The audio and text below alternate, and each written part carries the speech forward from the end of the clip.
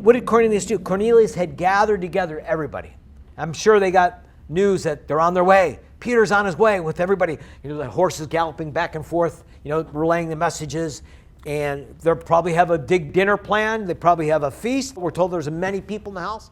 But what kind of food are these Romans eating? They probably got pork. They probably have lots of foods that Peter was just told, kill and eat, Peter. So you see how God is prepping Peter to put himself in the position of reaching Gentiles. Because Peter would normally have nothing to do with a Gentile house, let alone eat Gentile food, because eating is a big part of our community. If you were invited to someone's house to hear the gospel and never in your life have you eaten pork, and then all of a sudden they got pork sandwiches, what do?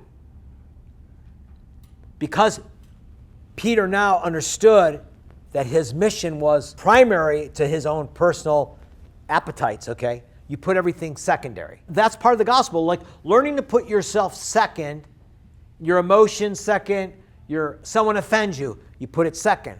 Because the whole purpose is that you're a representative of the kingdom of God. You're representing God.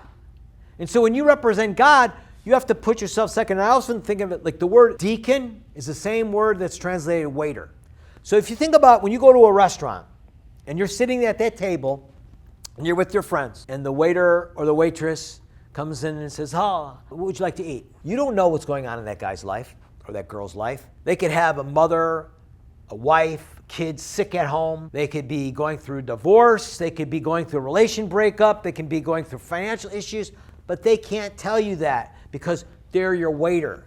They're waiting your table. You don't necessarily want to know all that because their job is to represent the restaurant. Well, the same way, when you know where you're going, it's like, I don't have to let everybody know all my problems because I know where I'm going. I know the end game. Eternity is a lot more important than my problems. I'm called to represent the kingdom of God to people.